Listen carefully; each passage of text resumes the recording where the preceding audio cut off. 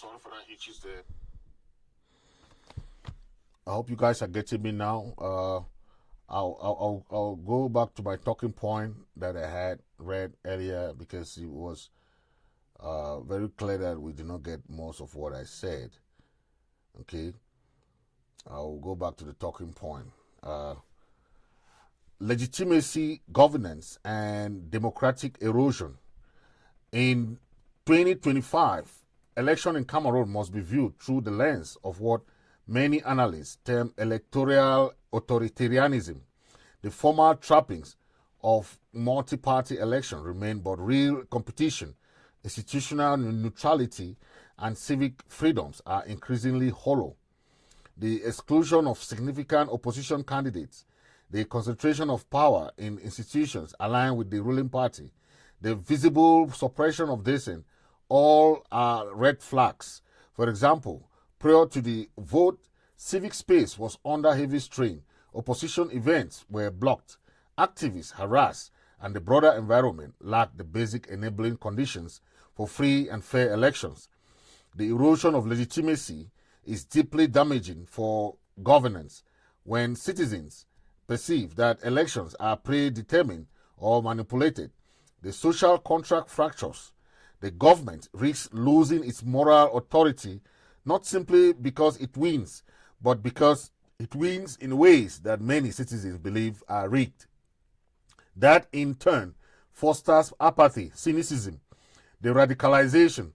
In Cameroon, the backdrop of decades-long rule by Biya adds to the sense of stagnation. Many young Cameroonians have never known a genuinely competitive leadership change. At this juncture, the government faces two difficult choices. Either it takes steps to transparently address the grievances, opening space for opposition, enabling independent institutions, and reforming electoral system, or it doubles down on repression. The latter path risks deeper democracy decay, increased alienation of segments of society, and higher potential for violent conflict. Given the incumbent's age, the absence of credible succession mechanism, the risk of a power vacuum or crisis is real.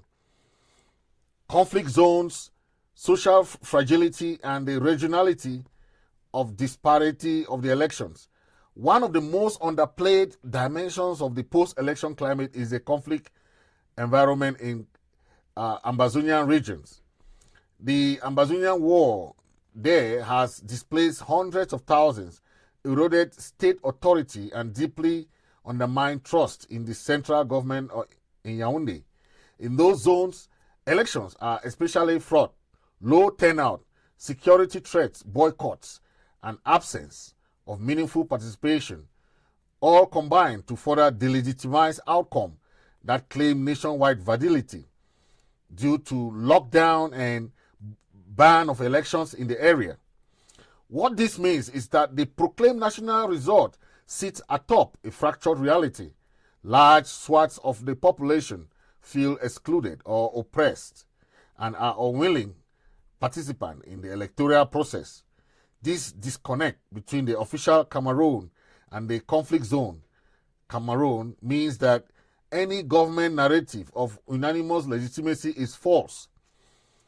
Moreover, in regions already experiencing humanitarian and economic stress, the potential for further unrest is elevated. Data suggests that in the Ambazonian regions, poverty rates are rising, youths are frustrated, and the presence of the state security is not matched by effective service delivery. Beyond the Ambazonian crisis, Cameroon also faces regional inequalities. The far north, the east, and the Adamawa regions lack in development, infrastructure, and human capital. These disparities are politically combustible. When election results claim universal participation, but many of the poorest communities feel marginalized, the post-election mood becomes one not of unity, but of simmering grievance. Economically, these regions are vulnerable to climate shocks, food insecurity, and underinvestment, factors that amplify political risk. economic risks, international perception, and the path forward. Economically, Cameroon is at a crossroad. Although its economy shows some growth, the vulnerability stays high. Inflation, weak investor confidence is a context of political instability. The post-election dispute raises the sovereign risk premium. Foreign investors are increasingly wary of the opaque institutions, potential unrest, and government's weakness. From an international and regional perspective, the election puts two questions front and center. Can Cameroon maintain stability and credibility in its institution going forward? And will it be able to attract the investment and donors support needed for development while also improving governance? The longer the legitimacy crisis lingers, the more likely donor fatigue or conditionality tightening becomes a scenario that could further constrain the state's capacity to deliver services and maintain stability. What then must happen? First, the government or future power holders must take meaningful steps to rebuild trust, open transparent investigation of electoral irregularities, release detained protesters, detain opposition, and detain political figures, and ensure media access and civic space. Second, reconciliation must take place. Third, economic policy must be tied to inclusive growth, addressing youth unemployment, regional inequalities, climate resilience are politically as much as economically urgent. To conclude, the post-election climate in Cameroon reveals a deep provocation than the vote itself. It highlights a governance model in crisis. If Cameroon fails to respond with reform, openness, and inclusion, it risks sliding into a more brittle state where the facade of democracy persists, but the substance is hollow. The path is dangerous, not only for domestic peace, but for regional stability in the Central African region. Thank you. That was my talking point there. Thank you very much. Thank you. Yeah. So we have seen this Chiroma lockdown imposed for 3 days. What does it bring for the Cameroon community? Do they just want to repeat what the Ambazonians people were doing, or they want something more different? You know, owing to the fact that we were two cubes of sugar. They are 8 cubes of sugar, right? So 2 cubes is could not be melted in 9 years. And if they claim to have power to carry out lockdown for these 3 days, let's see how it goes, okay? Because they must stand up. They must stand up to fight for what belongs to them. If they think that they will sit and watch as spectators and change come to Cameroon, it will never come. But we are looking at all the other aspects. Do they really want change, or they are just trying to imitate or copycat what happened in Southern Cameroon? Is the lockdown politically motivated? So many observers believe that the lockdown is less about public safety and more about tightening political control following widespread post-election protests and the legitimacy concern, right? Chiroma's think that this lockdown will help him to bring the government to the negotiation table.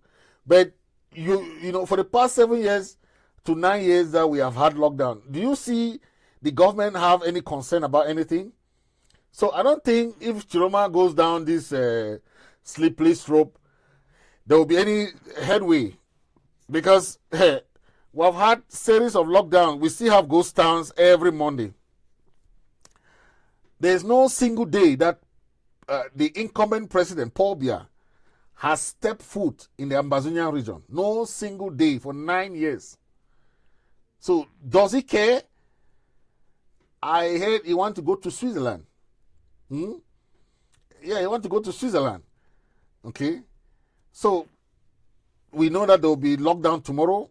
There will be standstill, road will be blocked, businesses will be closed, and residents will be forced indoors under threat of arrest and threat of, public life and economic activity where will be all paralyzed. What does this say? It said that the Amazonian lockdown have been successful. Some people don't. Before the election, we had 1 month lockdown, but some people did not understand why we did that. Yes, people can say Pobia won in Northwest and Southwest. That's the business, because election has no value. Okay, what about the other areas that voted for the elections? If Northwest and Southwest did not vote and Pobia won in those areas, come on. Do you think the election were not rigged in Northwest and Southwest, as they say? If there were honest elections in those two areas, do you think that Pobia genuinely won election in those areas? Where you see, I saw a document where there are some CPJ members, the names of CPJ members who really rigged the election. I saw another one who have resigned because he said he could not stand all this rigging in Norwest that went during the election. So how do you say Pobia won? So some people want to blame it on the Amazonian people for giving Pobia the win. That is just BS. I don't want to call the word, because you cannot take rigging as a form of winning. You cannot justify rigging of election as winning of election. There's no justification. We had lockdown because we did not want any participation. So any participation is illegal in the first place. Secondly, we did not approve of it. We were not part of it. So we had our 9 years of grievance. The same, okay, why didn't you complain in 2018 when we did the same lockdown? Elections were banned in Southern Cameroon in 2018, the same way it was banned in 2025. Why didn't you tell Kamto back then, when Kamto was arrested? Because he too did the same thing. He declared his victory. He was arrested, jailed for 6 months. Why didn't you hold Kamto accountable then? That said, we are ready to, to do what we can, to go that path of seeing that we, if they need any advice from us, okay, but we are ready to help, in terms of that various things that happen there. But we have seen it all. We have seen it all. We have seen it all. We have seen it all. This is Chiroma. This is some of Chiroma's messaging.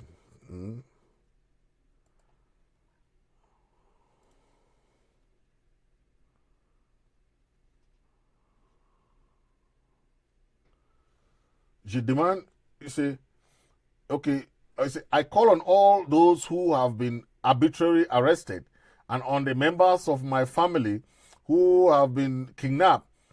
Hold on, I will not rest until the regime returns your victory. I thank the loyalist army, which has shown its patriotism by escorting me to a safe location and is currently ensuring my protection. I will deliver a solemn address in a few moments. This is what happened to Chiroma. The family has been kidnapped. He never said arrested. He said they should release all political prisoners. Okay? We know of Aniset, one of those guys, the opposition leaders who were in support of Chiroma, and some other people that have been arrested. But that's how the government is. The Biya government does not have friends. They don't have friends. You can do what you want. You can believe in what you want. That's your business. But they don't have friends. This is what they are doing. See what they are doing? They are going to give money to, they say, Ojang Douala les autorités distribuent 10 000 francs à chaque camionneur pour contrer, pour contrer les vies morts. Prenez et restez chez vous. You see what they are doing, right? They are giving 10,000 francs to each camion driver to go and drive on the way. Can 10,000 francs buy one camion? When we started our lockdown, I remember some drivers did the same thing.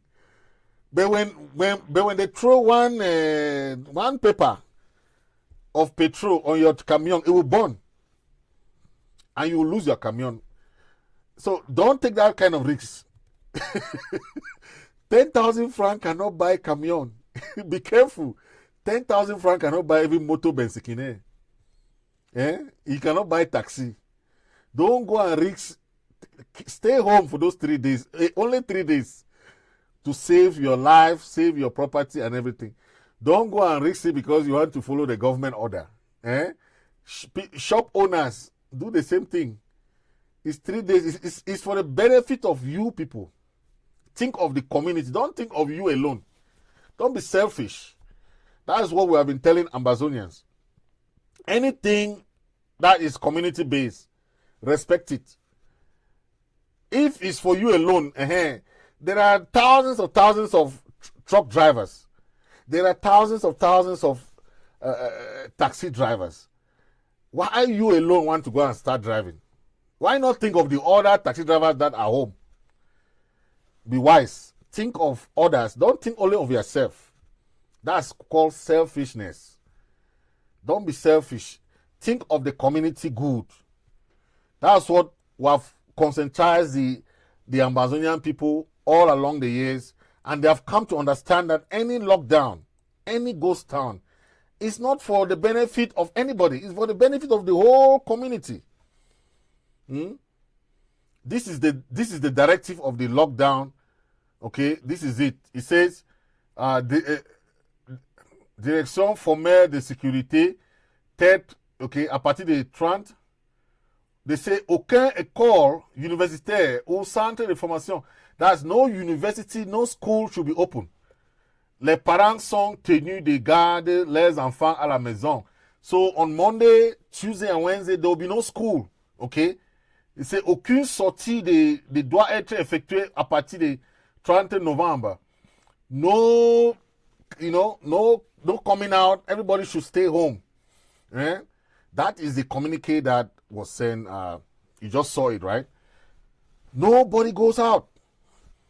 It's the same format for our own lockdown. Okay?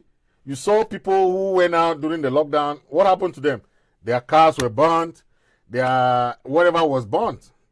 Their shops were burnt. Or you don't want to take risks when it comes to community something. The community, you think of the community benefiting of a lockdown for the future of the nation as a whole.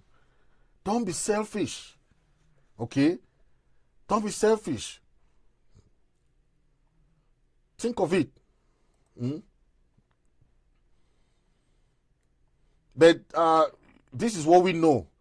This lockdown does not affect Ambazonian. Please, we have Mondays. We have Mondays that we respect. We know Mondays respect. We have our normal Monday lockdown because our grievance has not been reached. This election has nothing to impact our grievance. The people of Southern Cameroon still have their grievances. We are still under war. We are still under the crisis. Our grievances have not been resolved. We were thinking that if Chiroma comes in, he will resolve the crisis because the Biya regime has remained adamant. Okay? That's what Comrade Tapang Ivo is writing here. Okay? Talking about, the call for national ghost town does not affect neighboring Ambazonia. Okay? It must be respected and enforced in all 8 regions of Cameroon only. Okay? That is what we know for now, because we have no clue if Chiroma consulted any leader okay, that they want to have ghost town. We have no idea about that, okay? For now, we know that Chiroma is trying to deliver his own. Then we hear that the governor, they have started running, eh? The governor of North region have run away. This is the beginning. Eh? Many more to come. Look, this guy's run away. Escape in the, the governor of the far north of Cameroon, Mr. Mijawa Bakari, has fled Cameroon. He is currently in Maiduguri in Borno State of Nigeria. Man no run. The guy's gone. Yeah? He's nowhere to be found, right? He's gone.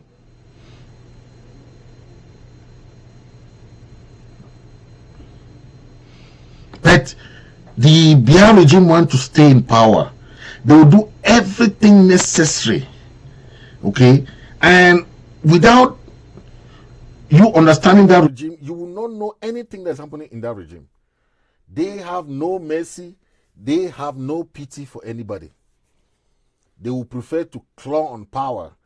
Okay? They will prefer to cling on that power and do whatever I can. But some of them majority of them have already sent their family abroad. Their families are abroad. Okay? They don't have time. They don't have mind for you. They don't have time. So don't even worry that. Yeah. So think of it.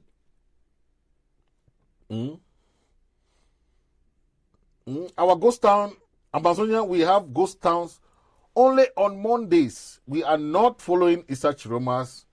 Okay, that is what we know. Okay, let's not be fooled that we have lockdown like Tuesday and Wednesday. No, please. Our lockdown is ending only on Mondays. We have our Monday ghost town for the past how many years? La Republic has never joined us. Never. For one day. So please, we have nothing to do with La Republic lockdowns. Okay? We have our lockdown for 9 years. La Republic has not joined us for one day. They have been, they used to tell us that when you're on the Brits, Cameroon, when you're on this fine, then Cameroon is okay, right? Let's see how you're on the Brits now. Okay, you cannot say you are a people that you're one and indivisible. The way you treat this person is not the way you treat this person. The first protest that we had in Amazonia, more than 50 people died that first day because the military was shooting indiscriminately. They had no remorse. They were just shooting. But see, look at the protests. They had protests the first time. They were throwing the water on people, right? The military will come and stand there with their things there. In our area, who were burning houses? Who were those who were burning schools, burning houses, burning hospitals? Who were those? Were the military. They were there to scorch at the place. But how many military went and been burning houses there in their area? Think of it. Okay? Think of it. Comrade said, tortoise can ride an elephant. Even the smallest of us can achieve the impossible. Believe Chiroma can lead change in Cameroon. That's what our brother said. Yeah. So there are many things that are happening here. You know, we have to take note of what is happening, but the detail of the lockdown, you know, that's it. Villemort. I'm just pleased with the fact that they are recognizing that the lockdown in Ambazonia has been effective. That's why they are copying it. They cannot copy wrong things. They will copy the right things. That's why they are copying it, because it shows that it has worked very well. That's why we'll continue our normal Monday lockdown. Monday goes down. That's how it is. Yes. Because that one day is enough for us for now. We've had that lockdown for many years, so we'll keep with that. We'll make sure that we stick with that. And, even before this third, that they have been already ghost town, lockdown there in their area. They already copied it long ago. See? This is this is Douala. On Friday. They have started going on lockdown even without Chiroma even giving the lockdowns. This is Douala. This is Friday. This is not tomorrow. They are already having their lockdown.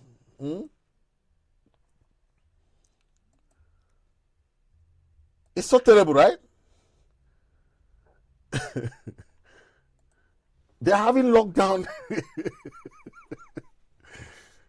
This is okay. I had, in some of my programs, I made mention of this. One, if you have been calling Ambazonian terrorists, secessionists, separatists, all kinds of names, now you are coming now to ask them for help, right? Do you still consider them terrorists? Issa Chiroma, the person that worked with the government of Cameroon as communication minister, that said, no, there are no military kill nobody, right? He came to apologize. An apology means that you accept the wrongs and you want to do the right, right? And that is what Chiroma did. But we are saying that we have a genuine cause, and that conviction will not change. Our people know that we have a genuine cause. And anybody who has been trying to term us black, when you know that we are fighting a genuine fight, you have yourself to blame. But for somebody who know that you have a genuine fight, nobody will back down. No amount of threat, no amount of all those fear factor, all those nonsense will affect genuine activists or genuine freedom fighters. Okay? Those boys are there risking their lives. The freedom fighters are down there on the ground risking their life. See the 1st of October. How many freedom fighters, they were marching with the population. So they are ready to take back their land. If you are not ready, just stay aside. Don't be a distractor. Allow those people who really feel that they want back their country to fight for their country. It's none of your business. If you don't want to join the fight, if you don't want to be part of the fight. Okay? Yes.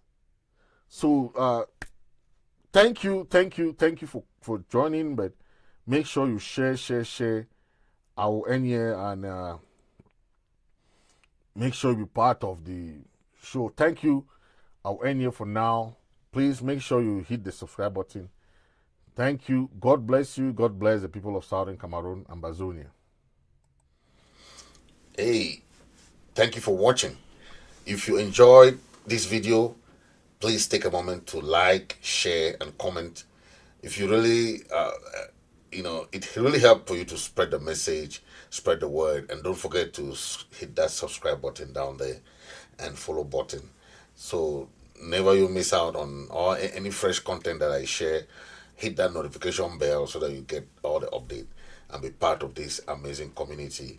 Your support makes all the difference. Thank you for watching. Stay tuned for more wonderful content as you watch Fritz Smith Sodi. Thank you.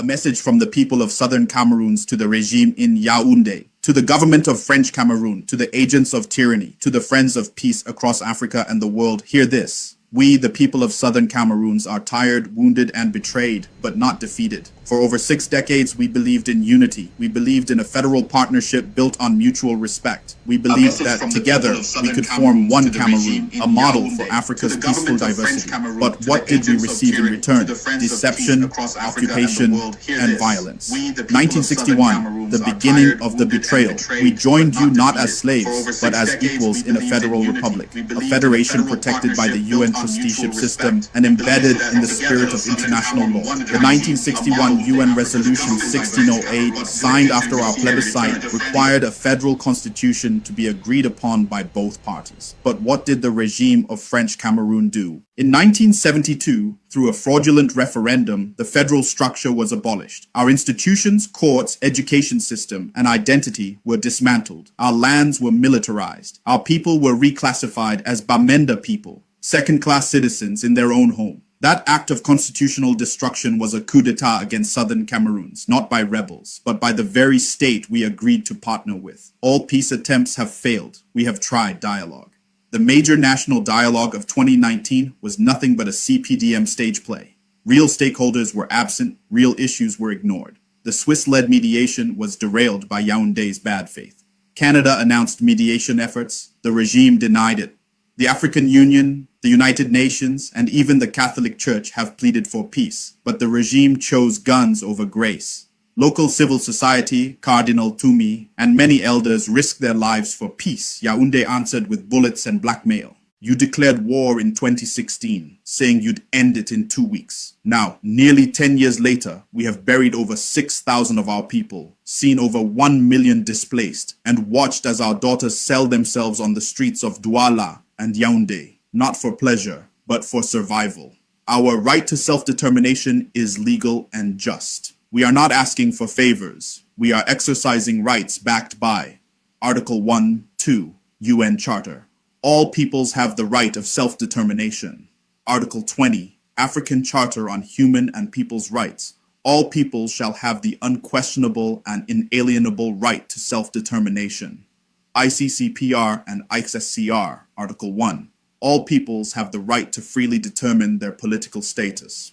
Article 47 of the 1961 Federal Constitution prohibited any amendment that abolished the federal form. Preamble of the 1996 Constitution affirms attachment to the African Charter and international treaties, yet the regime violates these every day.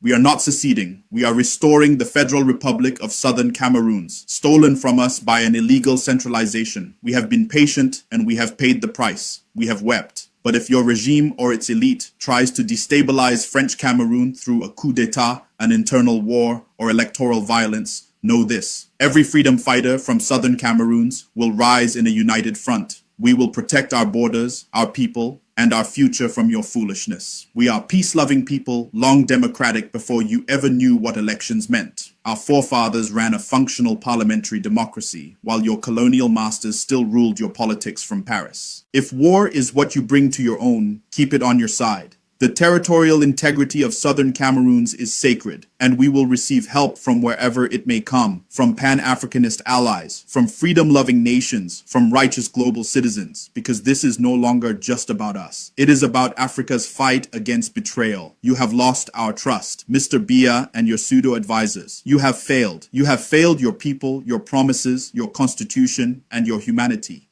You have used our resources to buy guns, not textbooks. You have used our silence as... Let it be known, we free people shall stand.